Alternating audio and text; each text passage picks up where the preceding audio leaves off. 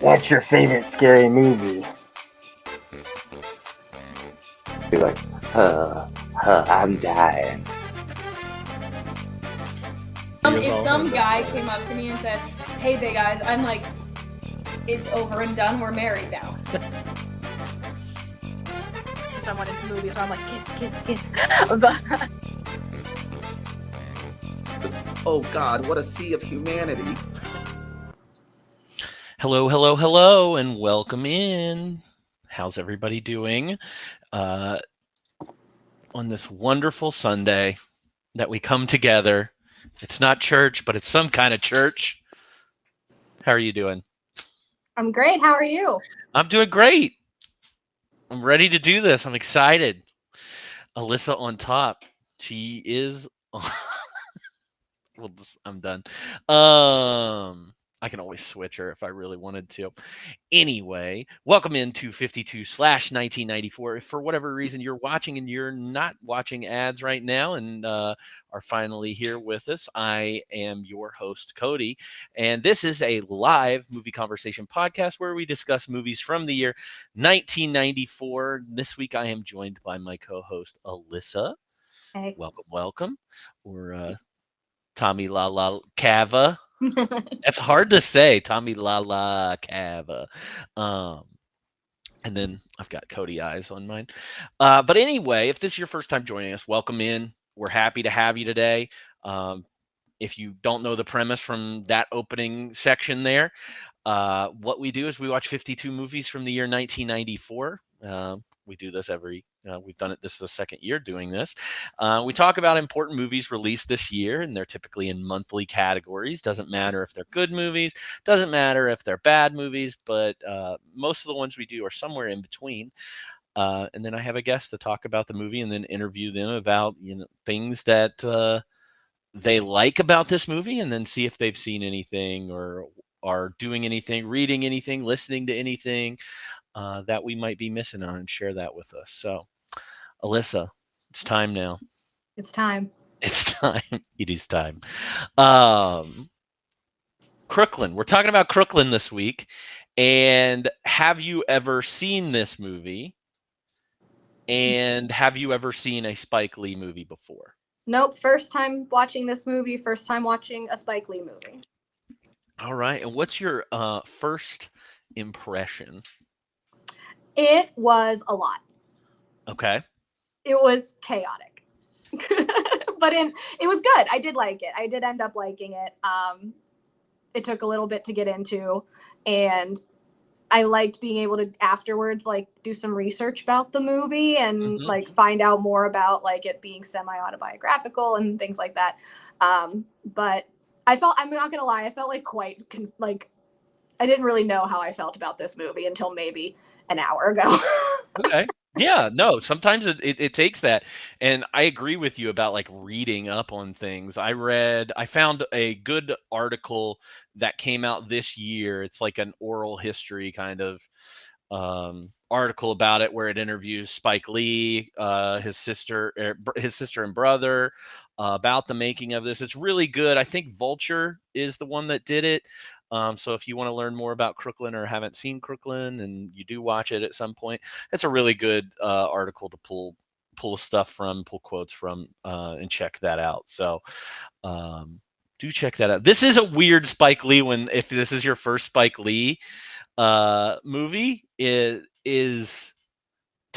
really do think I feel like this is the kind of movie that you would experience after maybe watching a lot of Spike Lee movies, because it's early. It is an early Spike Lee movie for him, and a lot of directors nowadays are doing movies where they're talking about, or they're reflecting on their life. We saw it with Spielberg and The Fabelmans. He made a semi-autobiographical movie about his life growing up, and this is kind of the same thing, even though this one is focused more on Spike's sister, Joy.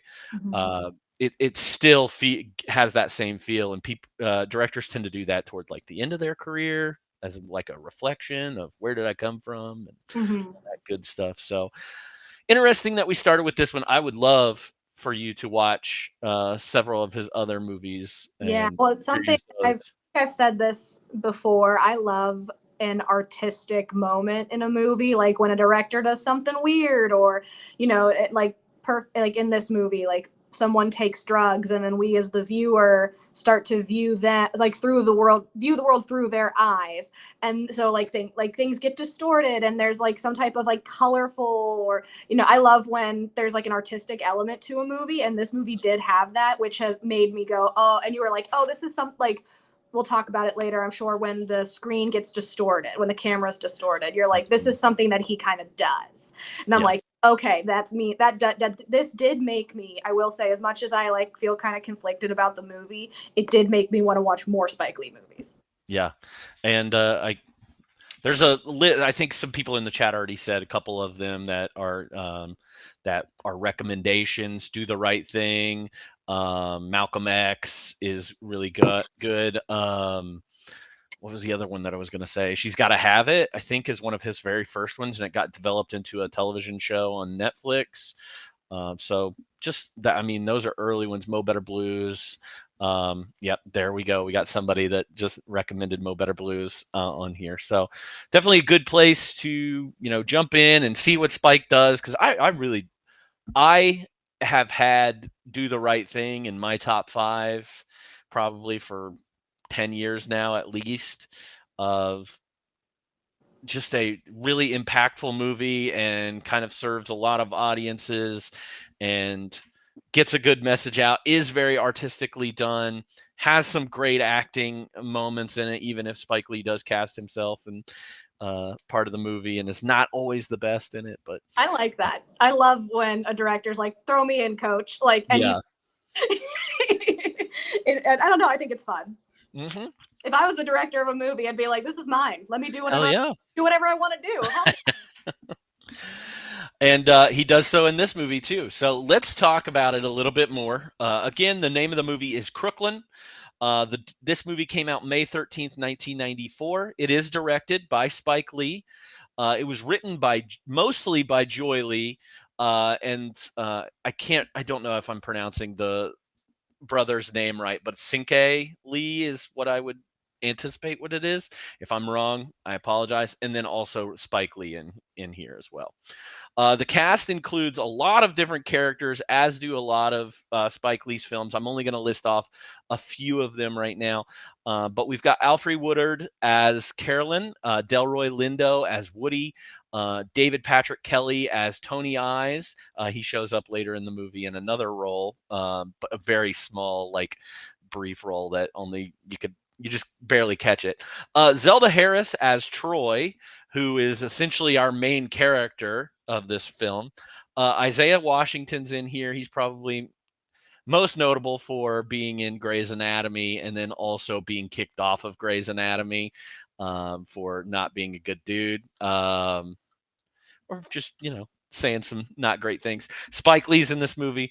Francis Foster's in this movie. Joy Lee's in this movie. RuPaul himself makes this is their first one, right? Yeah, I think this is the first role that RuPaul has been in a movie. As Bodega Woman. Yes, Bodega Woman, RuPaul. I struggle with the pronouns. He's a he. RuPaul's a he, right? RuPaul as RuPaul is a he. RuPaul when in drag is a she. Is a she, yes. Drag queens are she's, but referred to as she's, but as the actor, he. Thank you. I need that.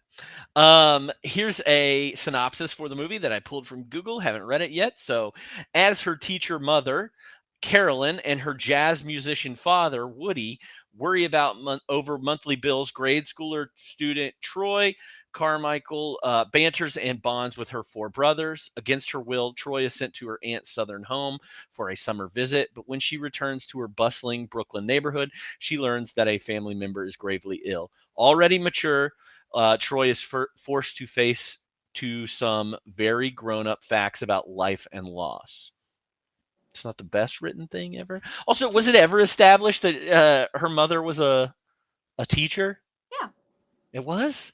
Yeah, and I think we found out in the argument, the first fight over the bills. when she's like, I get up, and like she's like kind of having a monologue. She's like, I get up, I go to work, I teach, and and then I come home, I cook, I clean, I take care of your kids, and I make my, like, I think that's what it took. I mean, the first half of this movie is a drag. Like it's not bad by any means, Mm-mm. but it's just very slow going. It is what I refer to as a slice of life movie. And when I say slice of life, I mean there is zero plot. It is just you're like taking a peek inside someone's life. Yeah. So yeah, we didn't really get any meat until halfway, and that's about when the fights started happening, or we started seeing the parents fighting. And I think that's when she says, like, I go to work and I teach. So it's very brief, but yeah, she's not a homemaker. She does work. Yeah. Somebody just said in chat that she said she grades papers. So yeah, just what she said. Yeah, I didn't catch that. So bad on me. Anyway, this movie had a budget of $14 million and a box office return of $13.6 million, which is so close. not what you want. On Rotten Tomatoes, this has a 79%. IMDb has a 7.0 out of 10, and Letterboxd has 3.8 out of 5. Roger Ebert loves this movie. He said, Crooklyn is not a neat package with a tidy payoff at the end. It contains the messiness of life. As it ends, the children are still children, and whatever life holds for them is still ahead. He gave it 3.5 stars out of 4. Somebody that didn't like this movie as much is Jeff Andrew from Time Out. He said the key problem is that the film is simply a ragged series of anecdotal sketches. So, take with that. That feels harsh. Yeah. So I know that you always bring the reviews, but I actually pulled some as well.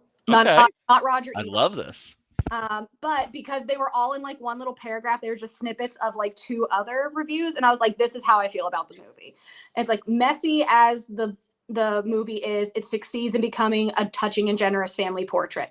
And then another person said, both annoying and vibrant, casually plotted and deeply personal, ends up being as compelling as it is messy. So it's like messiness has been brought up a lot, and I was like, yeah, that's really how this felt, was messy. And then like I do feel like I would, I guess, push back to Roger Ebert a moment. I do feel like the ending put a bow on it. It as opposed to, how the first half of the movie, I'm like, we ain't getting nothing. We're not gonna get anything. And then the second half of the movie really does turn it around in terms of, we have a plot, we have a climax, we have a big booming moment, we have heart and tears, and there is an ending that I loved the ending of this movie. But yeah, I thought I think the first half set me up for like, oh, this is going nowhere. I agree. I think that I agree with you, and I do think that it is a bit of a mess in the beginning. And with Spike Lee, I think it's intentionally messy. I do think it could, just because you make something messy doesn't mean that it's like, and it intentionally that it's automatically good or artistic or whatever you think, or whatever they may think, because I do think that there should have been like more structure at times in those messy. I know that's counteracting each other, but it did feel a little much at times early on for me as I was watching it, and I was like, I really do hope that this gets a point across. And this is a common thing. You see like sketches. I think Woody Allen has this, not to compare the two, but like Woody Allen has this in his movie Radio Days. Like, he has all these little sketches throughout his childhood. And even the Fablemans with Steven Spielberg have these like, okay, here's where I was at this age, and here's where I was at this age, and here's where we get to where I'm trying to get to the point that we find out that my mom's not the greatest thing ever. So I do think that I get what he was doing, and I think you do too. And like, but I agree. I do think it's messy. Is the best way to say that. So, let's see. Best. So if we just go through our categories, things like that. I don't have anything for the legacy of this. I do know that there was like an awards thing that like within New York in the city to choose like what is the movie that represents your city the best, and Crooklyn was chosen Oh, to represent that. It was chosen by New Yorkers, so but to represent New York City or to represent Brooklyn? I think it was of the boroughs. So this one represented Brooklyn. I Yeah, like. yeah, which I thought was interesting. It's probably they didn't choose Do the Right Thing because of its the the the main problem of that movie, which I don't want to spoil for you or anything, but just racism, people being racist. So that's probably why it didn't get chosen. But let's move into our conversation. Let's talk about some of the scenes that we really liked from this movie, and talk about some of the other things. So I'll start with you. What are 3 to 4 scenes that really stood out to you? Yeah, so I think the first one that kind of was like, oh my God, is this setting the tone for the movie? Is this what the whole movie is going to be? Is the dinner table scene where we meet all the children, we meet Troy, we meet the parents, and it is just absolute chaos. Everyone is talking over one another. I have a very hard time with like auditory things. Like I can't like read and listen to music at the same time. And when people talk over one another, it just all kind of fades. I'm sure a doctor would love to analyze that, but I'm just like, it started happening and I went, uh-oh. And then it like kept happening and I was like, is this going to be the whole movie? And it wasn't, but it does like give us, again, a snapshot, a picture of what family life is like for this particular family. It's very chaotic. The kids are at the exact age that the kids would be when they're acting the way that they're acting, like talking back to their mom and not wanting to eat their peas. But it was just a lot, but that was like the first one that stuck out to me.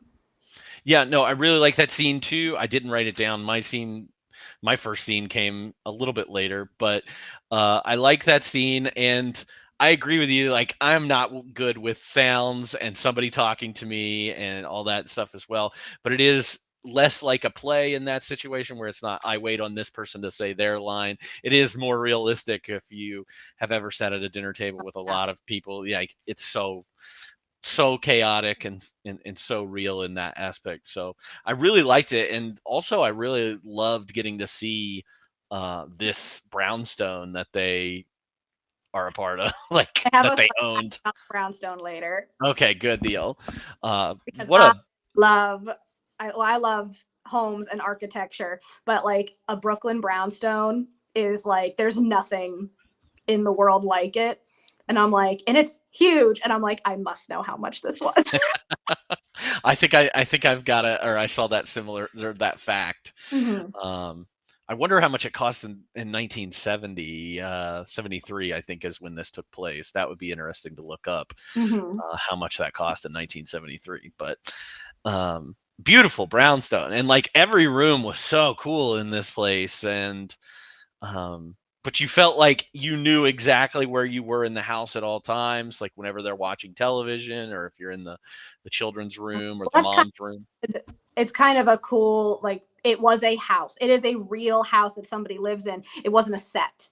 So Hmm. I think that helps it. Yeah, absolutely.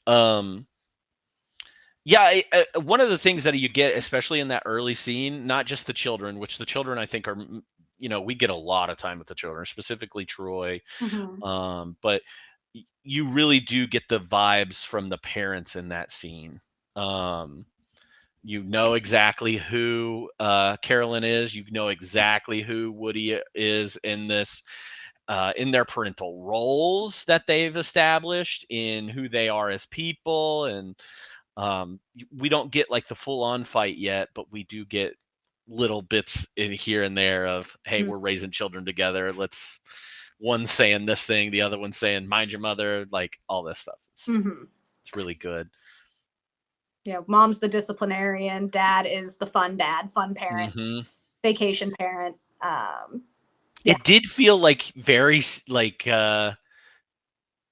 did feel very divorced, but married at the same time. Mhm.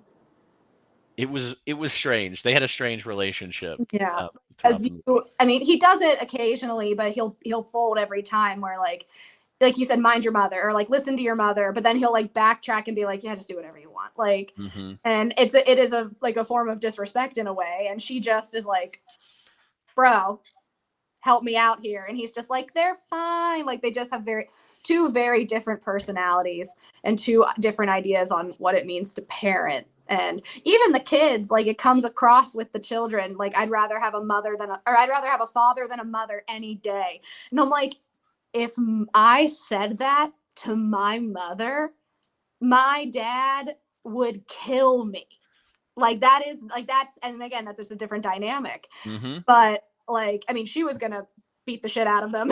Like she said, she's like, I will hurt you, if like, from saying that. But I'm like, if I ever said something like that to my mom, my dad would be the first one to say something to me. And that is certainly not the dynamic we have with these parents. Not at all. Like, I really liked both characters, and like I hated them all or at the same time. Like, I hated them in their moments that they should have been hated, and I loved them in the moments that they should have been loved. But it felt like we've seen movies like this before. Mrs. Doubtfire. Yeah.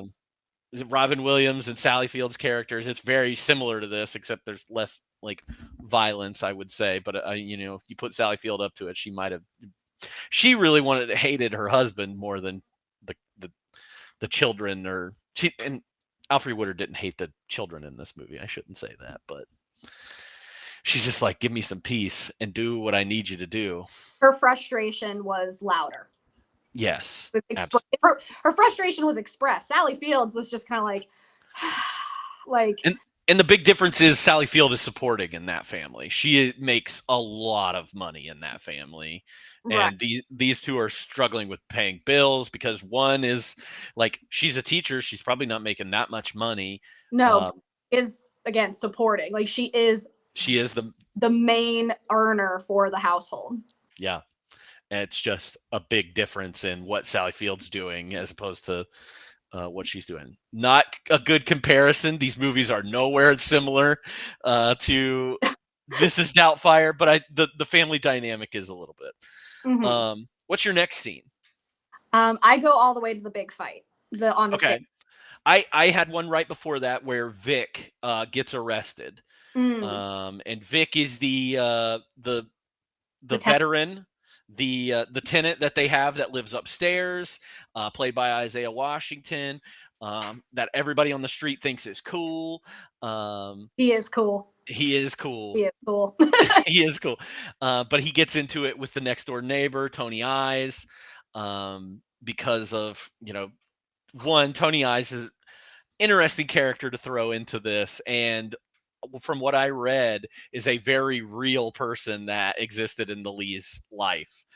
There was a guy that bred poodles that lived next to them growing up, and was a very real person. So interesting that they kept it in there, kept that true fact in there. But Tony Eyes was an interesting character, but they kept throwing trash on his stoop, and he was mad about it. And then Vic comes in to defend and ends up punching him, and it's pretty good. But that whole scene, where we get to with that scene is like, we see the mother defending them. They threw rocks at his dogs. Yeah.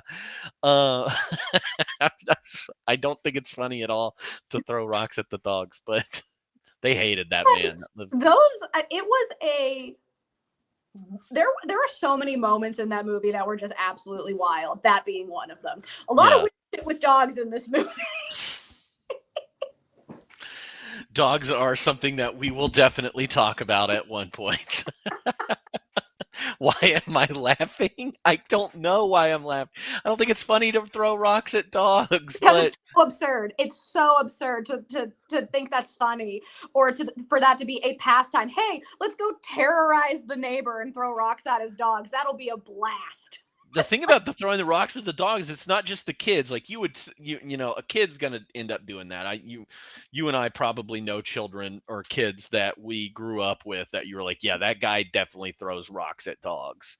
I know some of those people from the high school I went to, but like Tommy Lala was encouraging that. He was up there. He was throwing the freaking rocks at those dogs. Yeah. He's an adult. It's a wild movie. Yeah. But imagine the smell. Not for me. Not for me. Not for me at all. So Vic getting arrested. I think that's an interesting point in the movie. It doesn't really come up ever again. We see Vic out of gets out of jail and everything later in the movie.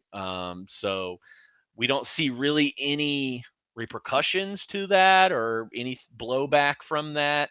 It seems like it might just be like an every, not a weekly occurrence, but something that does happen from time to time. It's like, normalized. yeah, it's very normal in that. So I don't really know what the message is that we're supposed to get, or if that's what Spike Lee is trying to tell us in that. It's just it's interesting to have that part in the movie. I don't know. And so here's something that, and this is partially why I took so long to figure out if I like this movie or not. There were a lot of times where I go, what is the message here? Why are we doing, why is this particular thing happening? This is bothering me. This isn't bothering me. Should this bother me? Why is this person acting this way? And I think it's just autobiographical. Yeah. I don't think there's a lot of, I'm not saying this isn't a deep movie. This is a beautiful movie, but there are times where I go, should I be thinking about this here? And I think like with Vic, and I think the answer is no. I think it's just, hey, we had a Vic character in our lives growing up, and he would occasionally get arrested, and seeing the police at our home was a regular occurrence in our Brooklyn brownstone.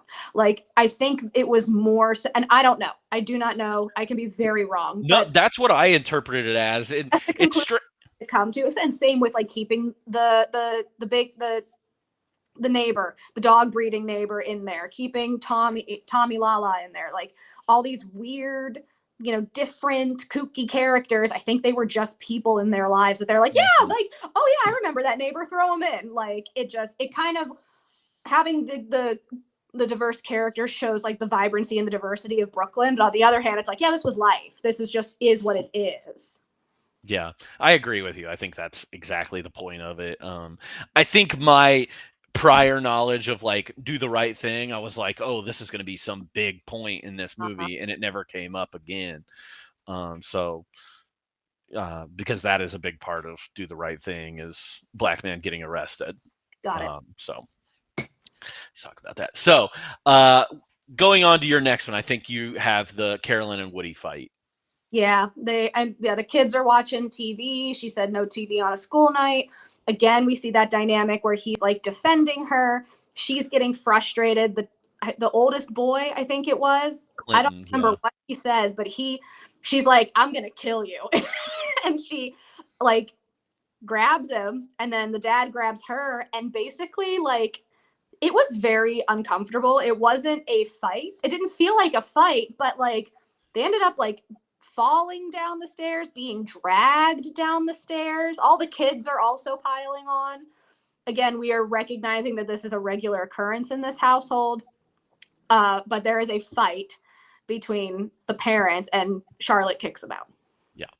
Carolyn. I'm sorry. It's okay. You got Charlotte on the brain. I can't, whenever like they're Carolyn, Caroline, Carolina, Charlotte. Like okay, you got there. You got there, and that's all that matters.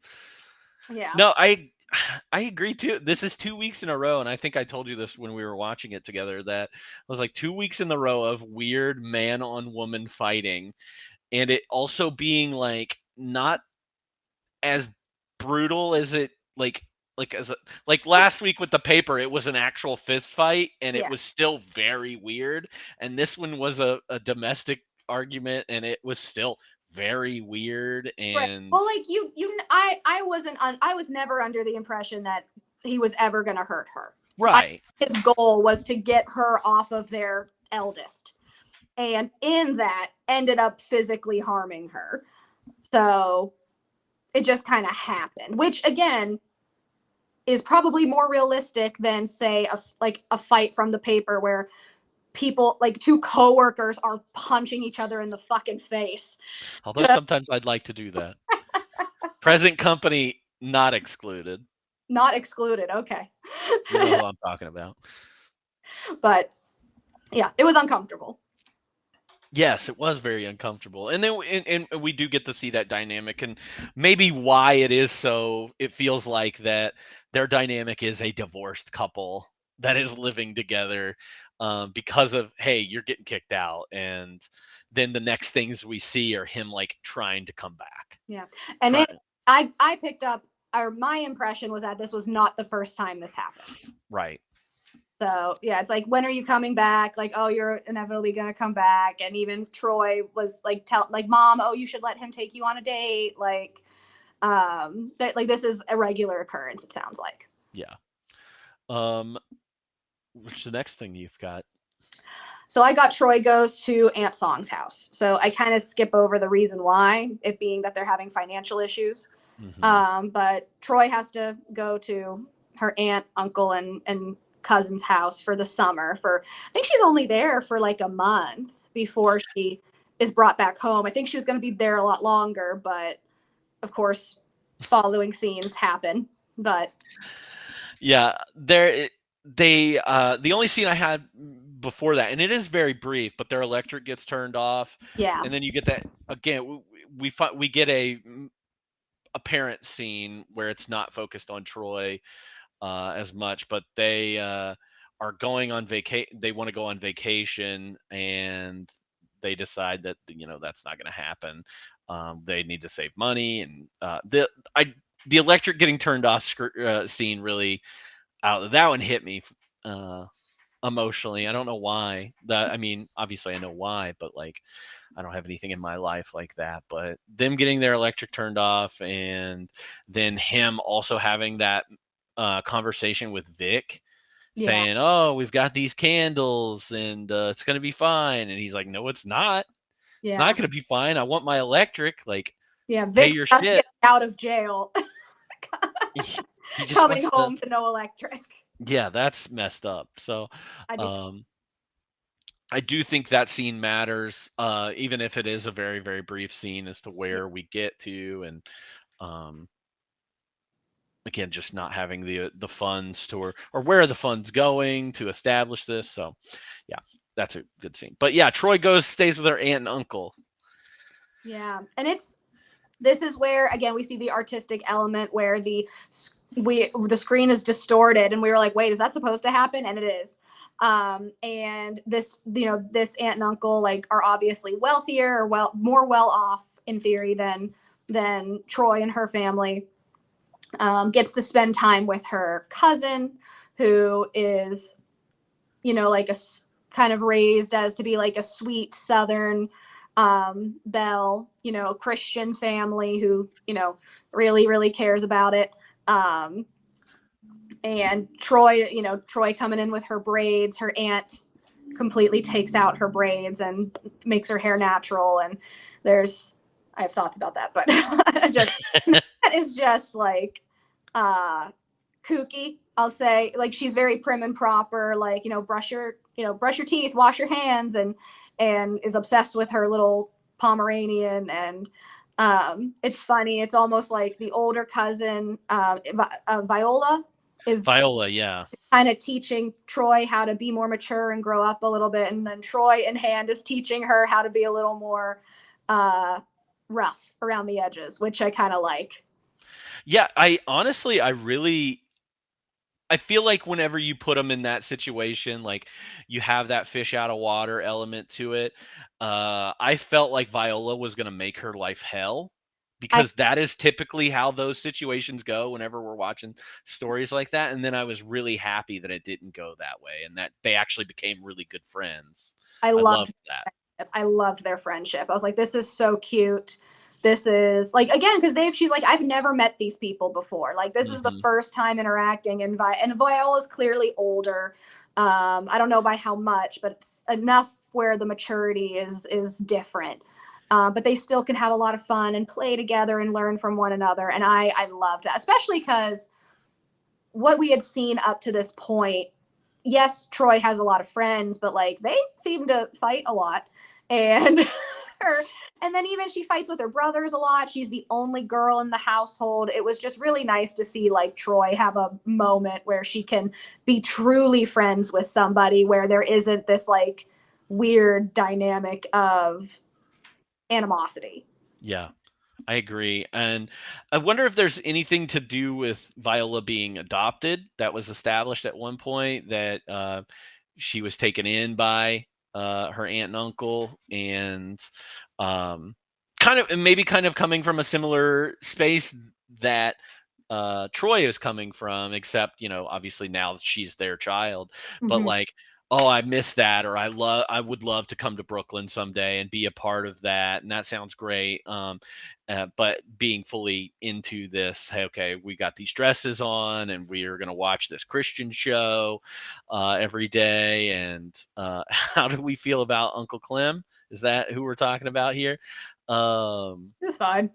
Yeah, I don't really know if I have any opinion. Let me know what your opinion is about Clem. I just feel like he It's like is, a non-entity. yeah, like she rules that house.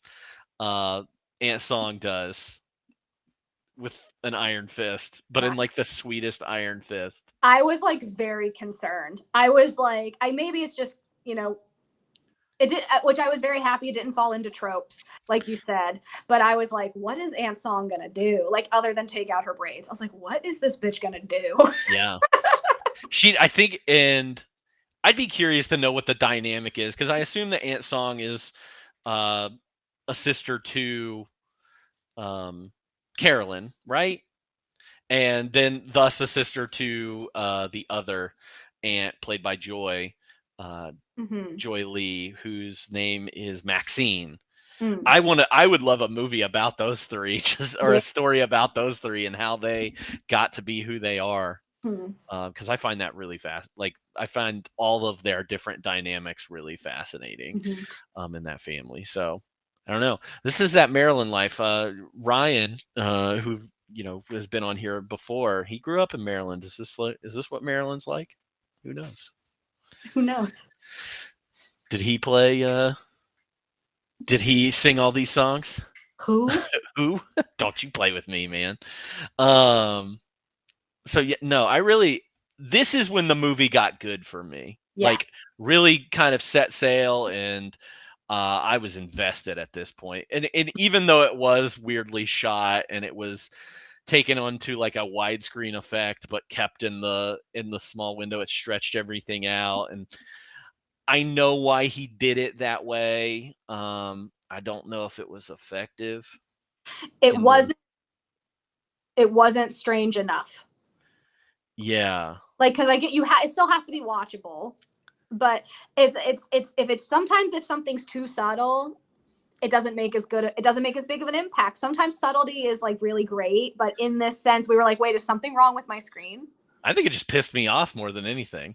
I was just like, no, what is going on with this? I want this good quality, and it did not.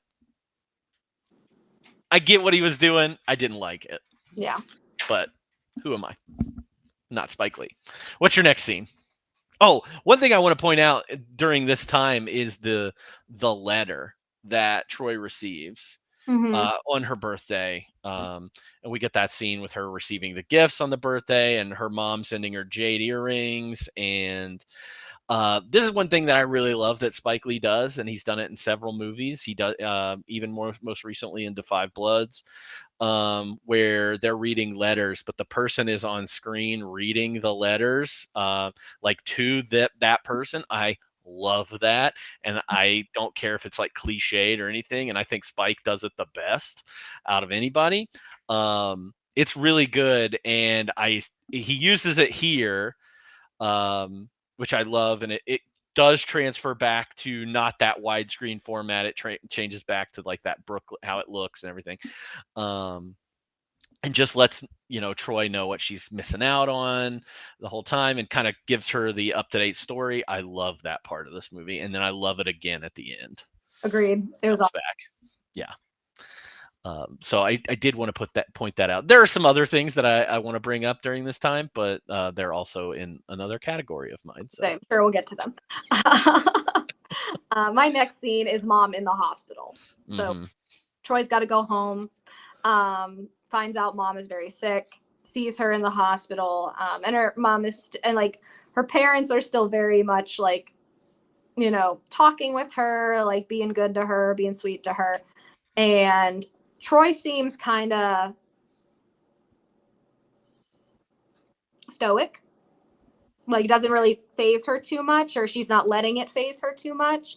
But that is the point where the movie like really like, yeah, you said we're invested now, we're loving it, it's good. And then I'm like, oh, this is about to take a turn. This is about to take a turn, and it does. And but just that being a pivotal moment, it was the next thing I had. And it like what you just said about Troy, is that I feel like her mother built her to be this.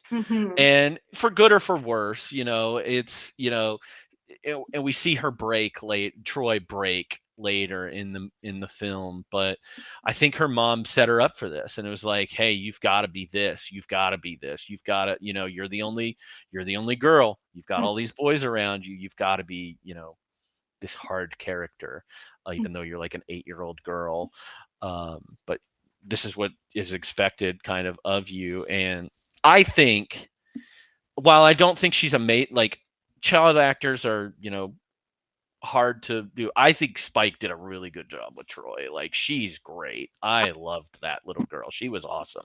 I agree. And especially when she got the second part, once she got to the ants and everything, I think she just kind of really shined and took the movie with her, because it was her movie at that point. Yeah. And I will say there were like some of those scenes in the beginning, like Troy stealing from the bodega, or they didn't like make a lot of sense to me. Like I was like, I assume this is building her character for us, but at the same time, it did feel out of place. You can be a hard ass and not be a thief. Like there were just little things. And again, it's autobiographical, probably has less of a deep meaning than I'm giving it, but I just thought it was interesting.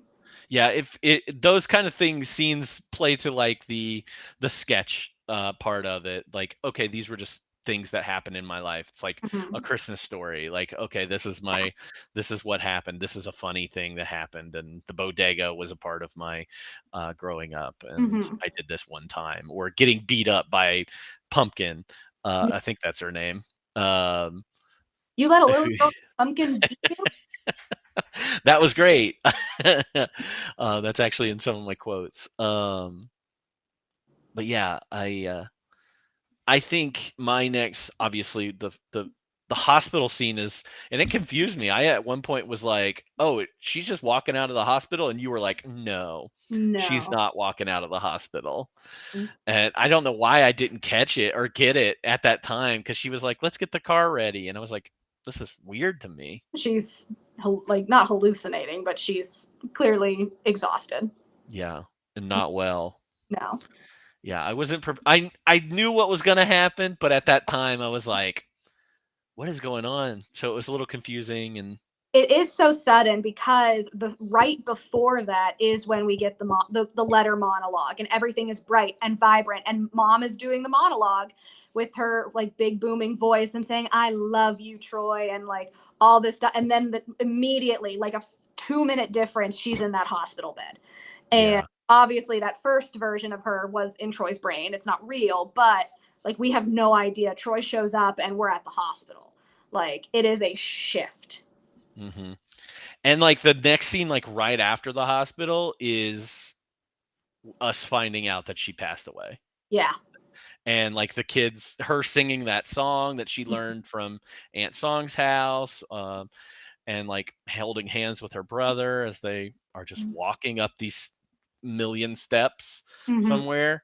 And God, that fucking crushed me. Because that's how they're just walking. She's just singing, they're just walking. And then right before it cuts, one of the little boys goes, I hope we don't have to dress up for mom's funeral. And I was just like, yes, that was a tough way as the audience to find out. Like that was tough.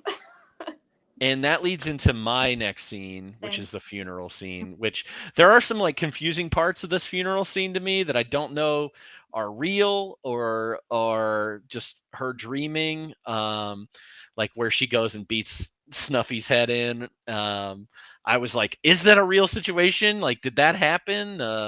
did she really go beat up this guy with the thing, or is this just what she wanted to happen because she had been dreaming about Right Hand Man and Snuffy before?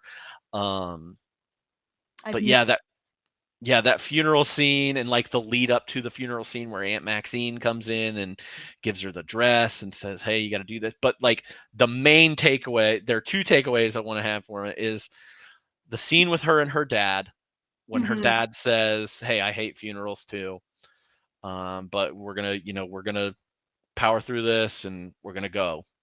And I'll wait for you while you get ready." I really liked his patience with her, and kind of trying to realize where she's at in her grieving process. And I felt like a lot was said with very little dialogue there, and I really loved that scene.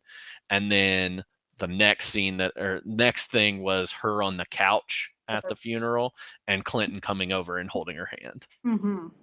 I thought that was really impactful. And it was at that moment that I had not read anything before, but I was like, oh, this is Joy, this is Spike, and this is their other younger brother coming in here, and this is their family, and this is something that really happened for them. Yeah. So it wasn't until that everybody does stuff that's like autobiographical and everything, but that scene I finally was like, okay, here are who everybody is in this situation. Yep. So sorry I talked over you on that. No, that was it. That was the last bit I had about the brother and Clinton and Troy, and it was sweet. Yeah, it was really good. And I think this movie ends really well. Again, we bring back that whole like letter writing, the letter scene, and her mom, reciting that letter again. It's really good. That was really good. That worked. It turned the movie around. Yeah. They had us in the first half. But it really, like, the second half of the movie it feels like a completely different movie. It was so good. It was so good. On that, who is your favorite character, or is there a scene stealer that kind of took the movie? Yeah, my scene stealer favorite character was Troy. Yeah. It was Troy. And also love the dog, love Muttley. Muttley, yes. Muttley was adorable, but no, I think Troy, and I could put her in my best performance category, but I chose someone else. But she nailed it. She was so cute, and she like anytime she's in the scene, even because at the beginning I feel like we didn't know that she was going to be the main character. There was just a gazillion kids and a gazillion characters and people coming in and out, and so we didn't know that it was going to focus on Troy at the beginning. But even then, she stuck out. Yeah. So, yeah, I think she did a great job.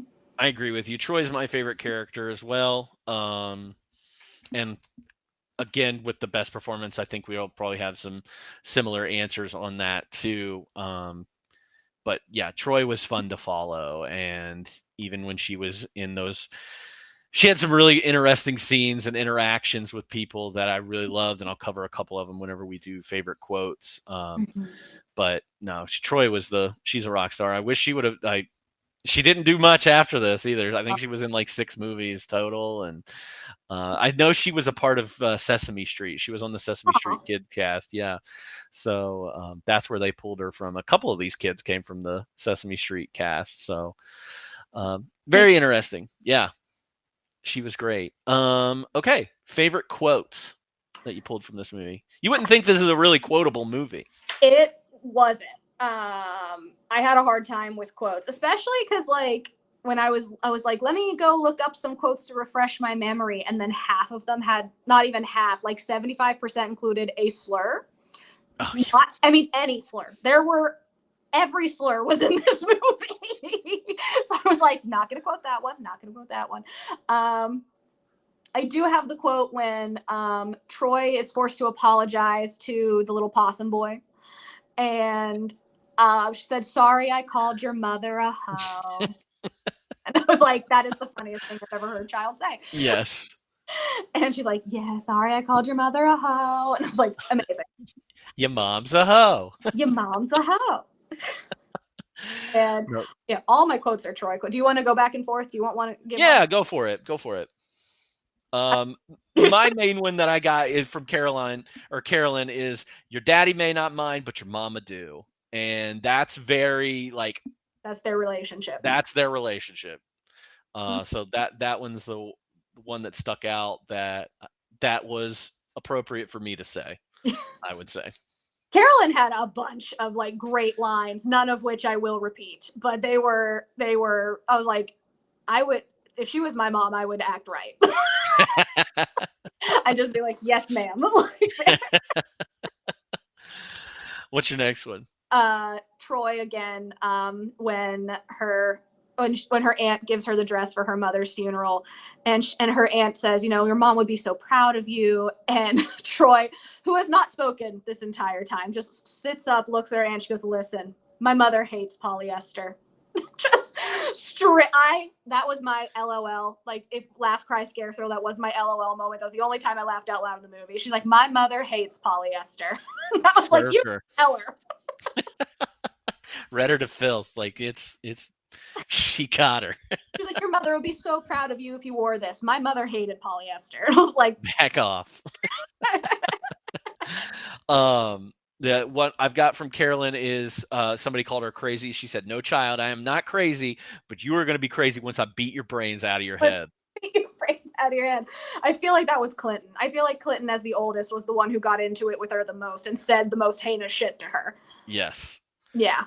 Which is interesting. I wonder how much of Clinton's dialogue was written by Joy, or how much of it was written by Spike. Right, because we didn't really know until the end that Clinton was the Spike character. Yeah. So, his love for the Knicks gave me a little clue. Okay. Because Spike Lee loves the freaking Knicks. I didn't know that. Yeah.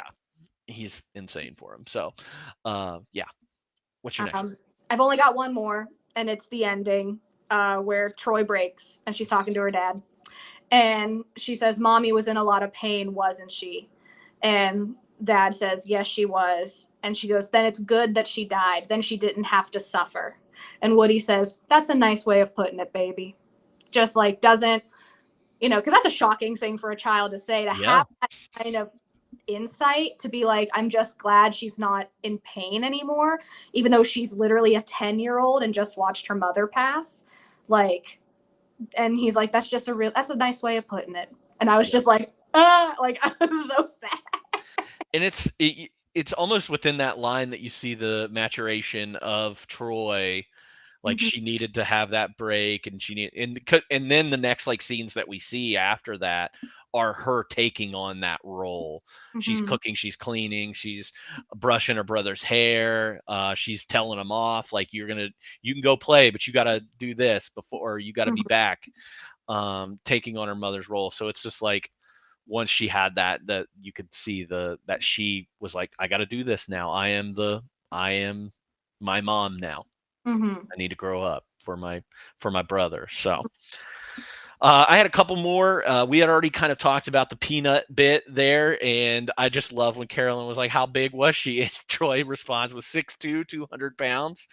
And her mom doesn't. She said, Troy, you around here wrestling and punching your brothers all the time, and you let some girl named Peanut take my groceries and my food stamps. I had to whip your butt my damn self.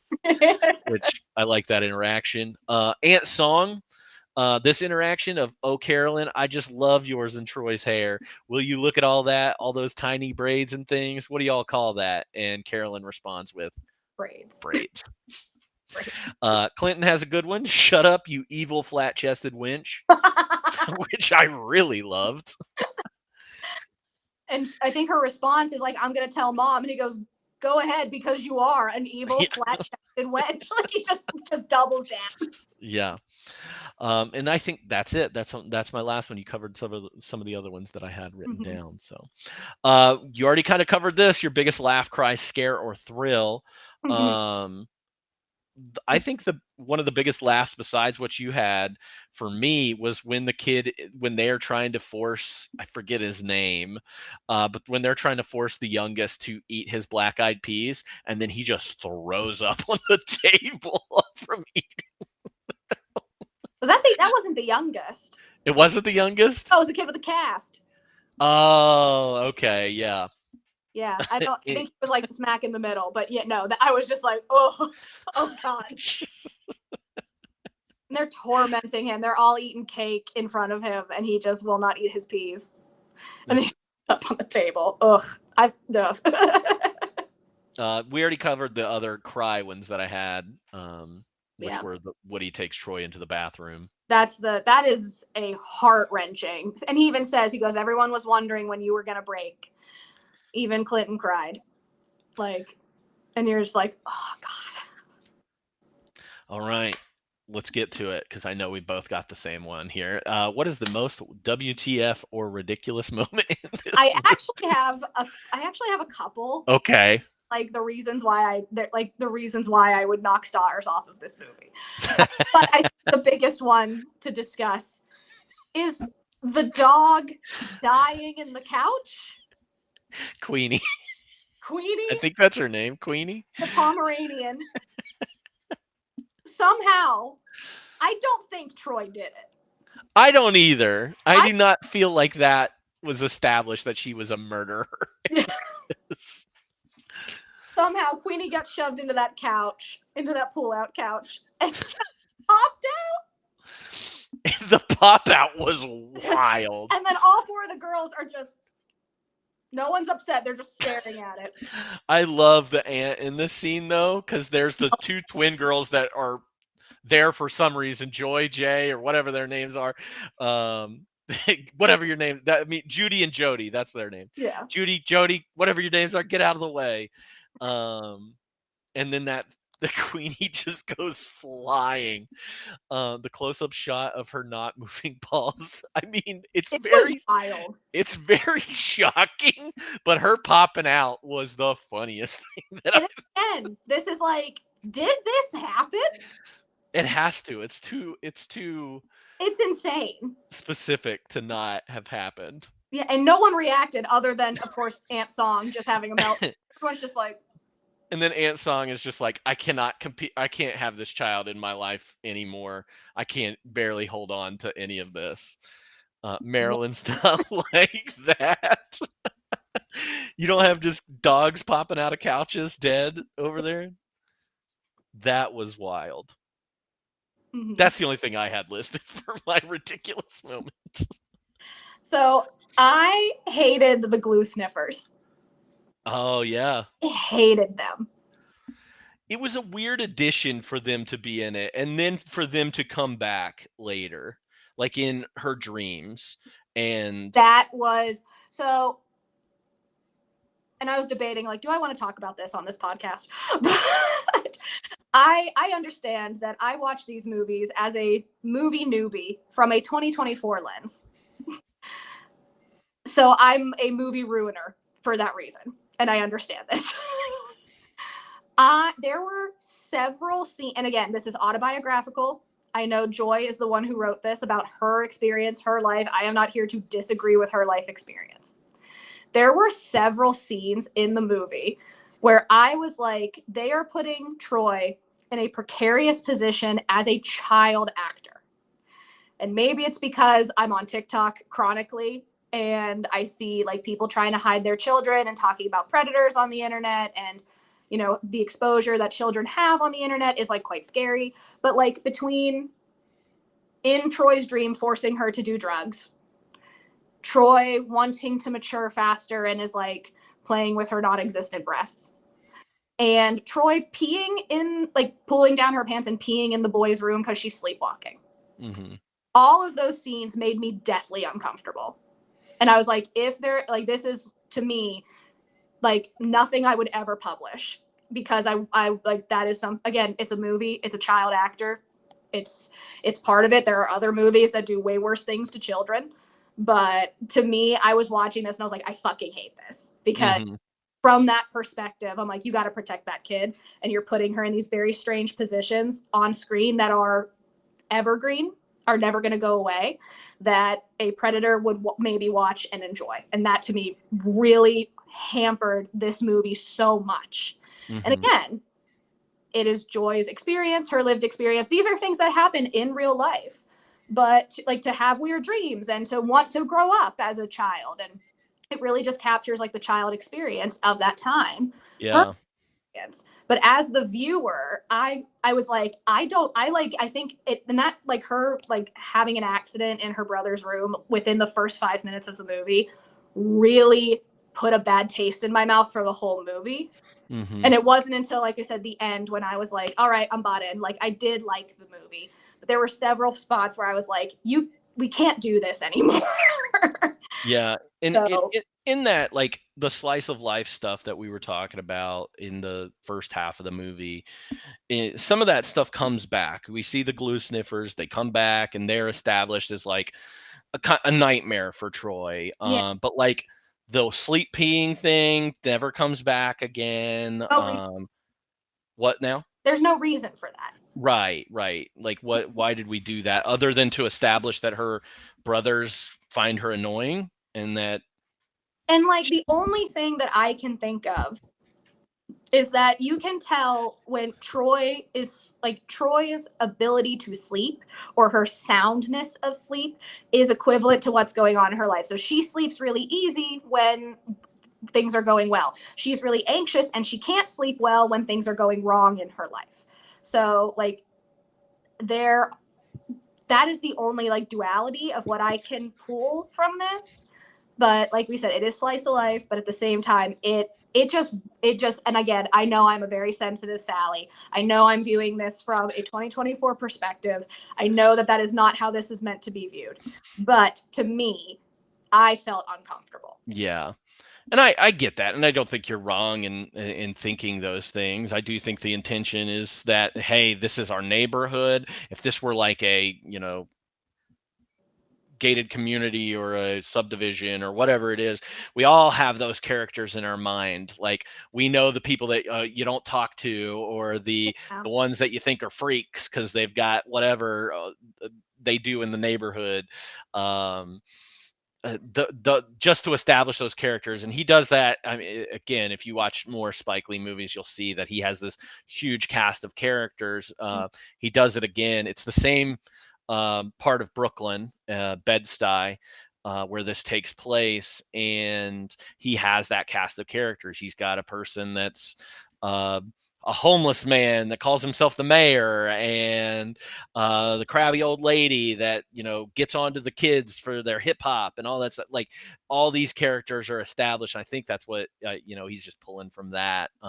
Yeah, because even like the bodega guy is super comfortable with Troy and knows Troy and is like, "You're trying to steal from my store," and like gets on her and smacks her on the behind, and then she just walks out like it's not even a big deal, kind of thing. So it does feel like it's a closer community in that, and that these cast of characters just exist. They're not all great, and even the good ones aren't necessarily the best ones out there. They're not perfect by any means, but I agree with you. Like, I don't in think today's was intentional. Yeah. None of this is intentional in the negative way. It's just, hey, this is a snapshot of my life when I was a child. Fantastic.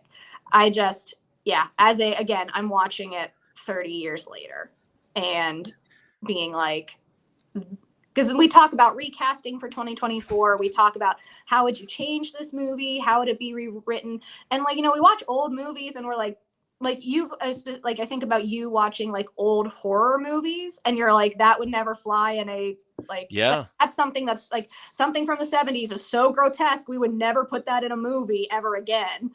That's kind of how I was like, these certain aspects would not make it in the 2024 version of the movie. Yeah. And you're absolutely right. That's a great comparison on the horror movies. Because I think recently I'd watched the original Last House on the Left, and I was like, that movie's fucked up, and I never want to watch that movie again. And I love horror movies.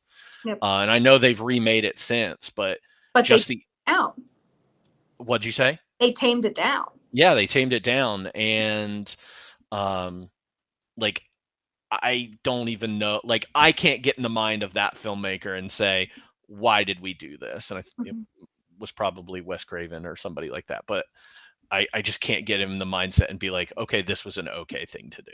Yeah. At any time. So I understand what you're feeling. That's a good pull for that. Best music moment for you? There were so many. Great soundtrack. It is probably the best soundtrack we've had this year. Yeah, it's a great soundtrack. I went for the obvious Everyday People. That's such a fun song. It's quintessential, and it's so good. I also did I will say, as an honorable mention, when Troy is having a nightmare and thinks that her parents are fighting. This is after her mom had passed, and she runs downstairs and she's like, stop fighting, and it's just that her dad's banging pots and pans. Ain't No Sunshine When She's Gone is playing in the background, which is one of my favorite songs. Yeah. So that would be my honorable mention, but Everyday People, I think, is the number one. Yeah. So I love Everyday People, and what you said about the scene Ain't No Sunshine, super impactful. I wanted to bring up Pusher Man, which is probably one of the lesser known ones on this, but it's by Curtis Mayfield. This song is probably most notably known from the movie Superfly, which is a blaxploitation film from the 70s. But I think for the era, obviously all these songs are 70s songs and of that, but 70s New York, Pusher Man is the song that really captures that, and that's my choice for it. But all the other ones, again, fantastic soundtrack, even leading up to that out of place not 70s hip hop song at the end in the credits is a banger too. So side note that the credits were awesome. Yes. Rolling credits going over the Soul Train video. I was like, this is great. Yeah. Love that. All right. Smash or pass, or F, Marry, Kill with 3 characters. I've got F, Marry, Kill for 6 characters. We're making this an equal opportunity one for us. You're going to go with Carolyn, Maxine, and Aunt Song. So all the sisters. Killing Aunt Song immediately. I know, I'd put her in a couch. I'm taking her dog. She's coming with me. Killing Aunt Song. I think, you know what? I like Carolyn. I think I'm gonna marry Carolyn. I like her personality. I like she's very strong-willed, and we also don't know a lot about Maxine. Maxine's cute, but she has horrible taste in outfits. Just polyester. No, I think I'm effing Maxine and I'm marrying Carolyn. I think I flip. I think I flip Carolyn and Maxine. But I agree with Aunt Song. Yeah. I think she's dying. I don't know. Maxine, we don't get to see a lot of their relationship, but we see Maxine and Uncle, I forget the uncle's name, Uncle Brown. And I don't know. They seemed like they had it nice. They don't have any children or anything like that to cause any strain. But I was like, yeah, I could marry. Yeah, that's nice. Maxine, yeah. All right. Now let's choose. I think I put very obvious. These are all very obvious. But Woody, Vic, and Tony Eyes. We are killing Tony Eyes. The man, I hate poodles, first of all. I love, dogs are great, but poodles are not. I got bit by a poodle. I don't want no poodle, so we're killing him. I thought it would be his glasses. That's what did it for me. No, I'm fine with the glasses. The man's also not interested in me, so that helps the situation. I don't have the right bits. I don't know what has the right bits for him. Yes. I think I'm gonna, I don't know who I want to marry. I think Vic is very handsome. Vic is just a good looking dude who keeps getting arrested, apparently. When he shows up, I think he's coming back from a stint. And also, Woody is also a very handsome man. So I'm like, there's no one's better looking than the other. I think they're both very handsome. I don't know. I think I'm gonna marry Vic. Just because watching Woody as a dad, I'm Carolyn. Here, that's the thing. I love Carolyn because she is me. I don't think I would be as intense, but I'm like, yeah, I agree with her. She's like, I'm trying to run this household and you're being too soft and you're undermining me, and not making any money, not contributing. Right, not yeah, and it's like it's the undermining that bothered me when she's like, "Hey, don't do that," and he's like, "Let her do it," and I'm like, "Shut up, dude! If she says don't do it, like you have to agree with her. That's your wife. Like she's not telling them to not do something for funsies. It has a benefit to it, like what safety or what anyway." So I think I'm marrying Vic because I don't know what he's like with kids, and we can work with that. Vic scares me because He does have the he might have that PTSD from Vietnam. Who knows? if it's fine. So I'm just fucking that dude. And I love Delroy Lindo's voice, so I think I could listen to him talk. Like, there's something about his voice that I really like. I'm going with that. I'm gonna marry that man. He's a musician. He is a musician, but his speaking voice is just so it's good. Delroy can get it. You're right. I love his hat. Like Delroy Lindo has like the perfect head for that like little beanie. Like it's oh my god. Dude knows what he's doing. One thing we should point out while we're talking about the hotness of all these characters and everything is the costume design for 70s like fashion and stuff. So I loved everything that these people were wearing. So good. Everybody. Even when you said it when Troy came home, she gets off the plane. You were like, that's a cute outfit for a little girl. We're like, yeah, she looked adorable. And she looked awesome. Her little blue dress. Like, I'm like, she looked great. Like, yeah, all of these little outfits, like, it was just like perfection. The worst outfit is truly the funeral dress. That dress is ugly. Yeah, I agree. I even like the dress. I didn't mind the Aunt Song dress as much as I minded that green dress. Yeah. And I wonder too if that was a, obviously autobiographical part of this, like, and to make that dress so stark. Is that how she remembers the dress? Yes. Dress actually looked like. Yeah, exactly. Who do you think gave the best performance?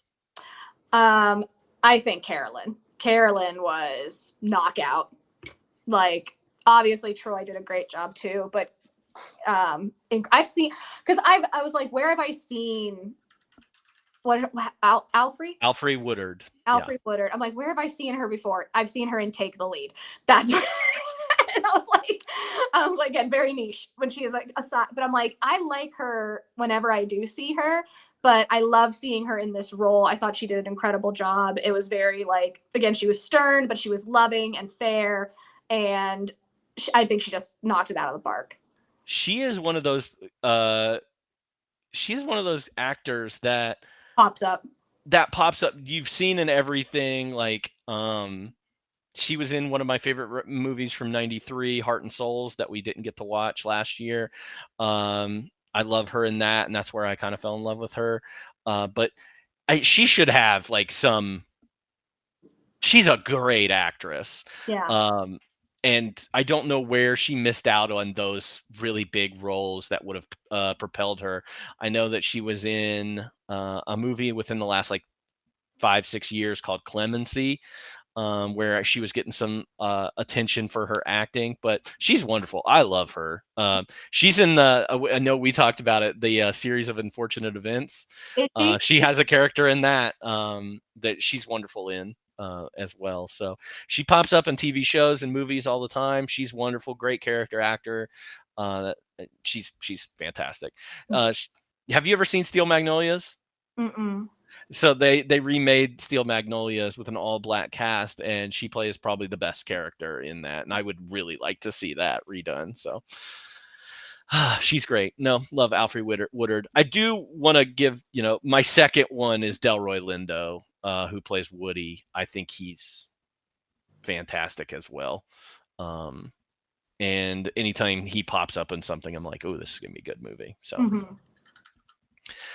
Is there anybody else that we're missing? Troy. I mean, Troy is a fantastic kid, but again, she doesn't go on she's like in Babysitter's Club the next year, and that's it. And I was like, where have I seen these people? Or I tried, like Viola. That was the only movie she did. Yeah, she was great. She was great. Like, again, a lot of good child acting in this movie. The kid who played Clinton, I thought was really good. There wasn't any kid that I was like, okay, kid. Like, everybody did a good job. Yeah. So, Delroy Lindo pops up in a bunch of other Spike's movies. He's going to be in Clockers and Da Five Bloods that I talked about before, and several others. So, he works with he works with Spike a lot. But he's pretty great. But yeah, I think Alfred Woodard just kills it in this. Mhm. All right, time for recast, which you didn't recast, did you? I didn't do any for 94. I actually did think of one for 2024. Shoot, give it to me. I think our man Lakeith would be great at Woody. Just, I think of him in, obviously we didn't love the new Haunted Mansion remake, Mm-hmm. but in that movie he's a little more stoic. He can kind of play the duality of like the happy father, the happy-go-lucky guy, and then like someone who's frustrated about their art. Like, I think Lakeith can I think he would be a great job in that. I just think Lakeith can probably do anything. Like, there's not, we cast him in everything all the time anyway because we like him, but that's the only one that came to mind for me. I thought, and I pull this guy up a lot whenever we talk about actors like this, but I think with the whole musician thing, that Donald Glover might be a good fit in that role. And he's around kind of around the same age. There's a lot of actresses, specifically black actresses in their like 40s and 50s that are incredible actresses. One person that is just turned 40 in that age, her name's Danielle Deadweiler. The most recent movie that I saw her in, and I was really impressed, is she plays a mother kind of in a similar situation, is the I Saw the TV Glow. She's in that. She also plays Emmett Till's mother in the movie Till that came out a couple years ago. She's fantastic. I think she is like Alfred Woodard reincarnate almost. So I think she'd be great. Mm-hmm. Anybody else that we might be missing?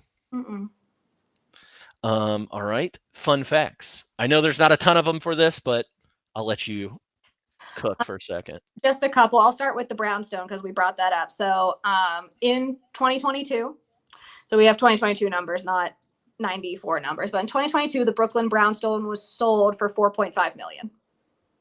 4.5. And I was like, that checks. Like a Brooklyn brownstone, as big as that, as beautiful as that, even like the ground unit, that is a like millions dollar home. So yeah, 4.5 in 2022. Insane. I wish it was, and that was 1.7 in 2013. Wow. That's how much it's went up. But comparing it to Mrs. Doubtfire again, like the home, like again, that one was in San Francisco, right? And we were like, how much does that home cost? And it's like a couple million. Like, this is more expensive because it's also New York City, but it's like these homes now are just like stunning, and they're a gazillion dollars. It's got like beautiful, like I'm looking at pictures of it right now. It's like beautiful, like crown molding, and it's got a wine cellar in it now, and there's a lot of wallpaper in this, but it works for it. If we could do an episode just on like our favorite houses from movies, that would be a fun thing to talk about. I was about to say, now I'm really getting into your bread and butter is to look up these houses and talk about them. What else you got for me?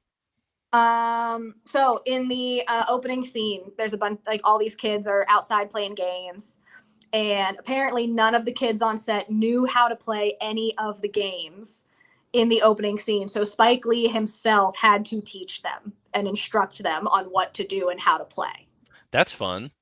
Which is because like I was like, any of them, because they were doing double dutch.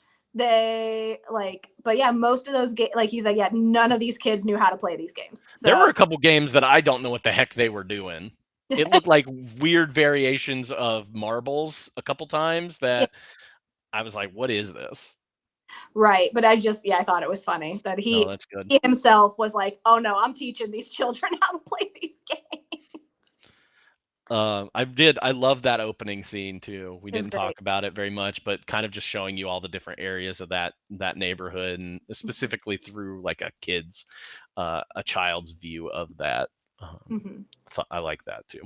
Mhm. Any other fun facts? Yeah, I got one more. Originally, the script was written as a TV pilot for Nickelodeon, but with test audiences and inner city children, they didn't like it. So they took it, and so it didn't come to fruition. So they took it and turned it into a movie. Interesting. Yeah, I had that one written down too. That would have been a cool idea though for a sitcom. Maybe Nickelodeon's not the place for it. Well, I was thinking, I wonder if it was because it was in the 90s, set in the 70s.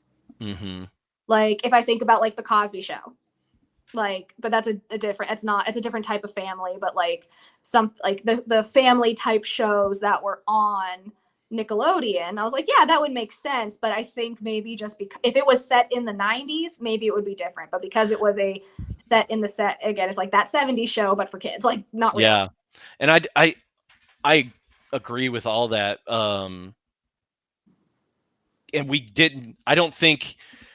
I think the idea would have been like a Wonder Years type show, but from this perspective of the child, which Mhm. I don't. It's sad to say, like I don't think they were absolutely ready for that Mhm. yet. I mean, we did have a black fam. We had a black family. The black families that were portrayed during this time, coming out of like Reagan and everything, were these like rich, affluent black families, Yeah. and it felt like like nobody wanted to see that on television until we get like Everybody Hates Chris. Which is kind of like this. It takes it back to the 70s. The Wonder Years, they redid the Wonder Years recently. Um, from a Mhm. black family perspective. Mixed-ish, I think, does this too.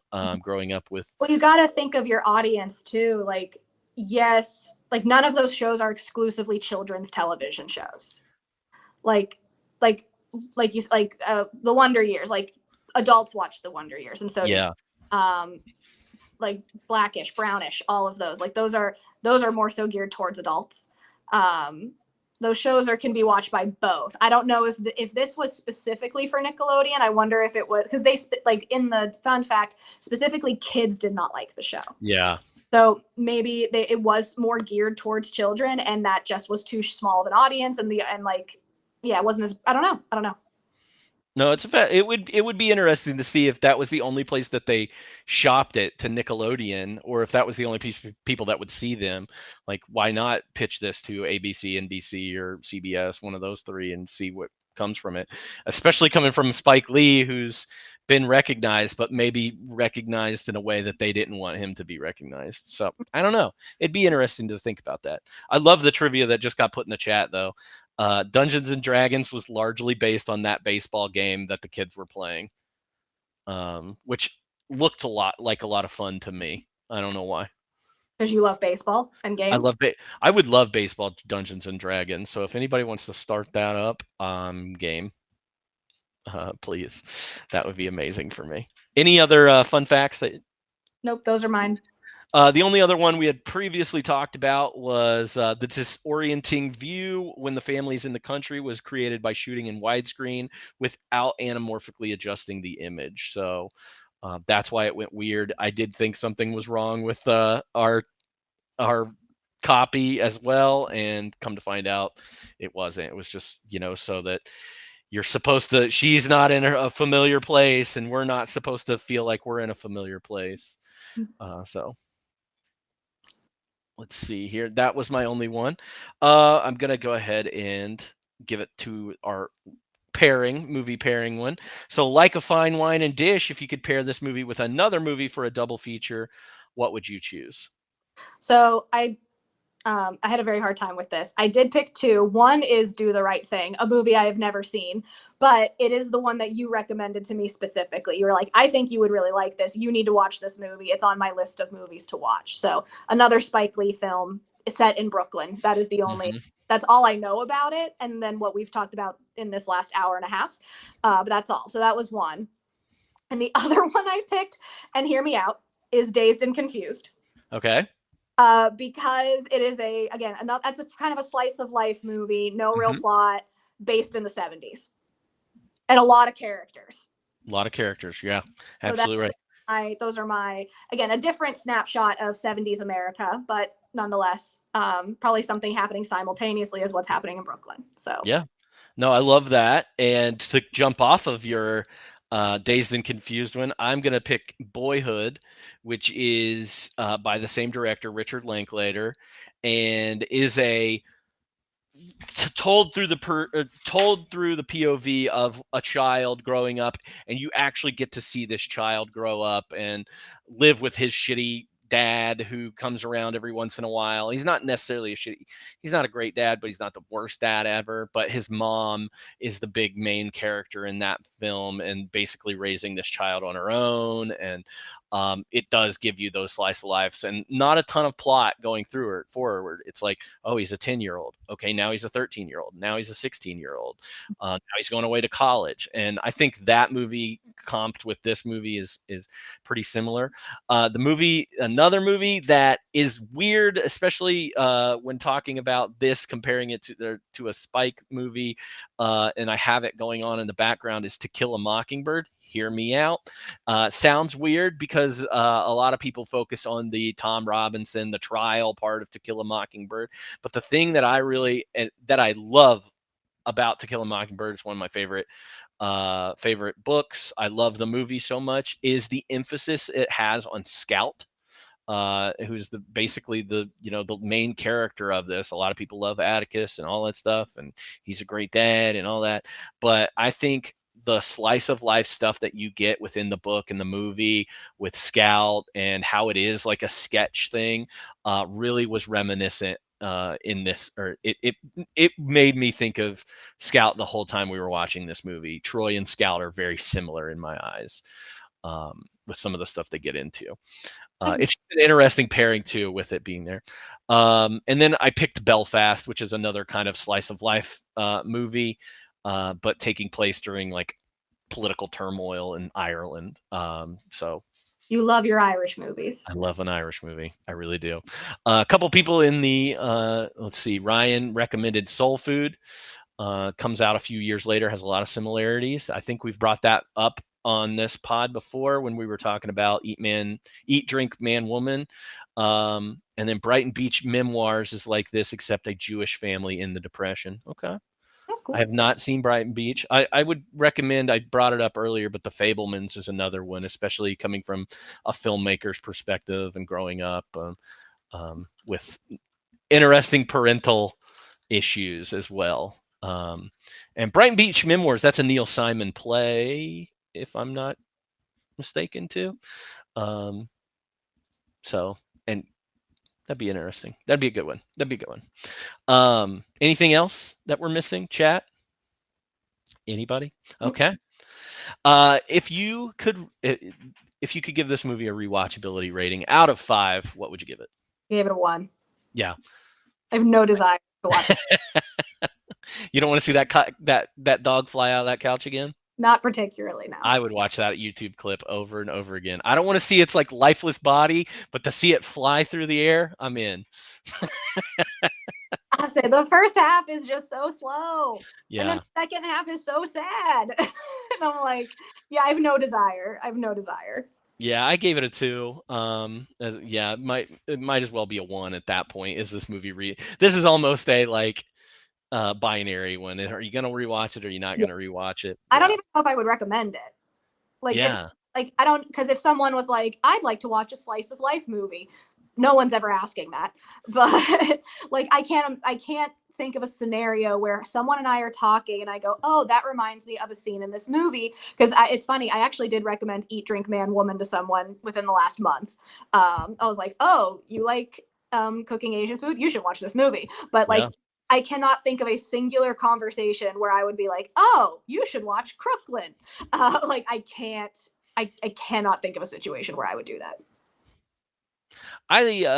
Now I'm interested. What is your overall star rating out of 5? So I gave it a 3. I just right down the middle because, again, there were a lot of points that made me uncomfortable for my own personal reasons. I thought the first half was very chaotic and I had a hard time paying attention or enjoying it. But then the ending was perfect to me. I loved the ending. I do love a movie with an artistic element to it. It did make me want to watch more Spike Lee. So I can't give it more than a 3, but I can't give it less than a 3. Yeah, I give it a 3.5. Very similar reasons for that. I do think that it was kind of hindered in the first half of the movie, and once the plot got there, and I know I don't need a movie with a plot. I've seen plenty of movies and loved plenty of movies without a plot, and it's just vibes. But it just did not work for me in the first half of this, and I think that's why if you were to split the movie in half, I would maybe give the first half a 2 and the second half like a 4 or 4.5. Yeah, that's how I got to where I'm at. I'm like, it's almost like 2 different movies. Mm-hmm. And I love, there's a classic Spike things that happen in this movie that I love and will come back to over and over again. So once you see some more Spike, maybe you'll be like, oh yeah, he did that in Crooklyn and this is what he was doing. Yeah. So maybe, who knows? We should just watch more Spike Lee movies. I'm down. All right. Well, that's the last thing I have for you. Alyssa, thank you so much for watching this movie with me. I think we'll see you very soon. Again for this podcast. Has there been anything that you've been watching or anything that you've listened to or anything that you would love to recommend to people? It could be anything. It could be YouTube. It could be anything. I'll say the only movies I have watched have been 50 from the 52 pod. Have not watched any other movies. I did finish Steven Universe Future today. Had me sobbing while on my treadmill, which is a very difficult thing to do if anyone's wondering. But it was so good. Like, I watched the whole original Steven Universe last summer. I held off on Steven Universe Future because I wanted to savor it, and I binged it in the course of 2 days, and it was incredible. So watch that. Still watching Buffy. I keep needing to take breaks because it's a lot. I've also been doing I've been deep diving on YouTube. That is all I've been watching is just people doing video game demos on YouTube. And that's about it.